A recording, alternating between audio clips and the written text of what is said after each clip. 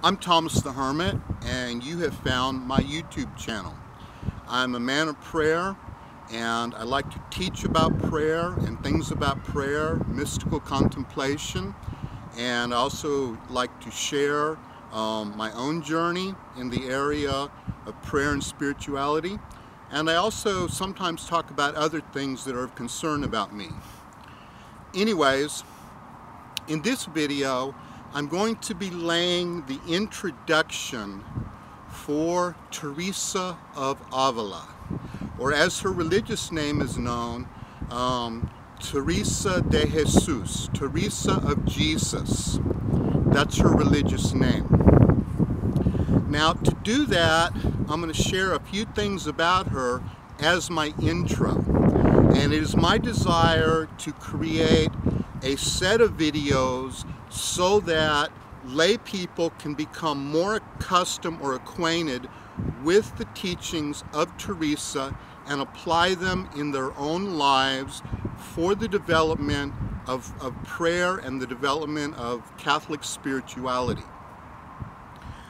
Okay, so I'm going to start off. Why teach about Teresa of Jesus, Teresa of Avila?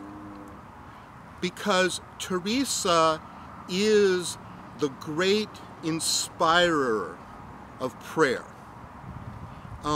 It is a true story that Edith Stein, who was a Jewish convert to Catholicism and became a Carmelite nun, was converted to Catholicism through the writings of Teresa of Avila. Principally, she stayed up one night and read what is called The Life of Teresa of Jesus. When she read this, she joined the Catholic Church and became a nun, and then ended up being martyred. Because she was a Jew, even though she was a Catholic Jew, the Nazis took her and she died in the gas chambers of Auschwitz, and she became a martyr.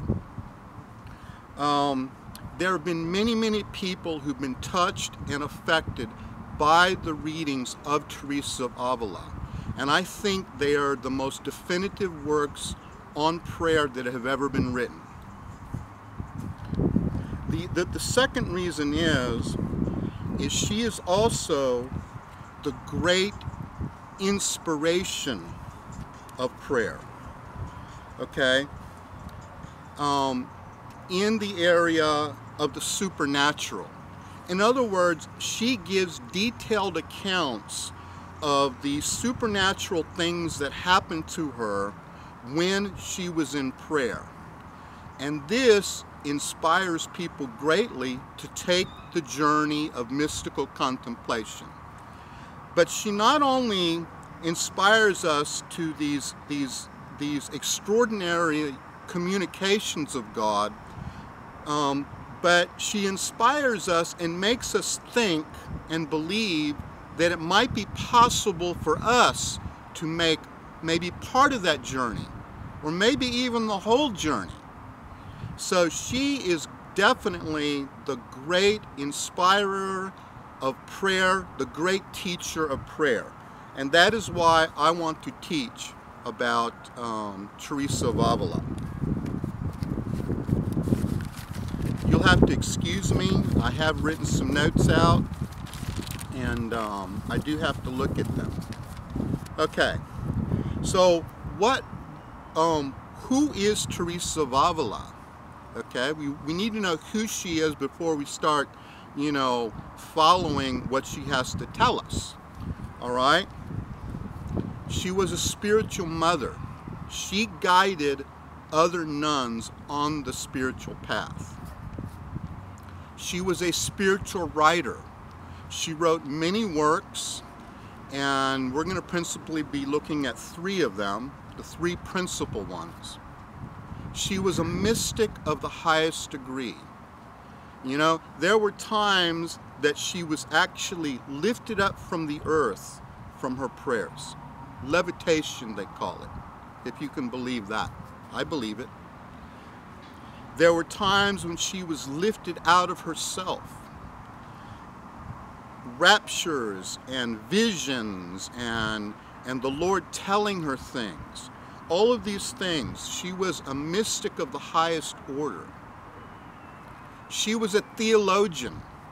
Her writings and her works are theologically sound. They are so theologically sound that she was declared one of the few female doctors of the church, along with Catherine of Siena and, of course, one of Teresa's daughters, one of her spiritual daughters, the Little Flower.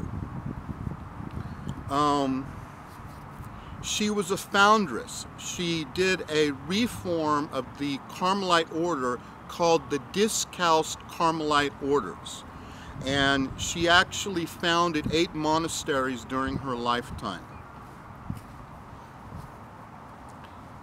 She is the one who teaches us, how do I do this kind of praying, contemplative prayer?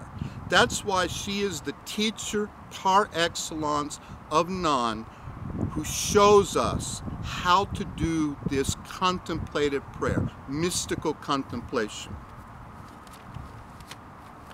Now, what I want to do next is I want to look at her not through the eyes of spiritual doctor, theologian, writer, but where she started from. See, we have a problem as Catholics when we talk about saints. We put them so high on a pedestal that we will never reach where they're at. Or we can't see them through the fog of the incense of how holy that they are.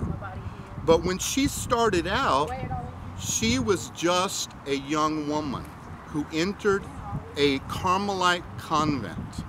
That's where she started. Where do we start? We just start where we're at. God takes us where we're at. How far God can take us, well, you know, I mean, it's according to the Lord, and it's also according to how we respond to the Lord.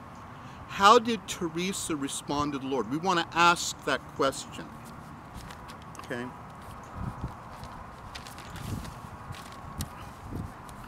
Teresa was from Spain, and she was born into a Spain that had just been delivered from Islamic rule. This becomes important. This becomes important of her outlook and how the Spanish culture looked at Catholicism in its day. They had just driven the Moors out, and the Spanish Inquisition during her lifetime was in full force.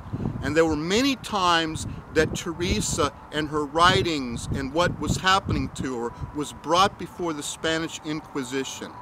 But she always passed with flying colors, by the way. So Teresa grew up in a particular era. And that era, if you can imagine, they had been under the Moors. If you remember the Islamic things, you know, like cutting off the hands of a thief or different things like that, the Christians were highly oppressed until the Spanish people took their country back. So there's an austerity, there's a reliance upon the cross and other things like that, which were born out of this experience and are a part of the spirituality of the Spanish people.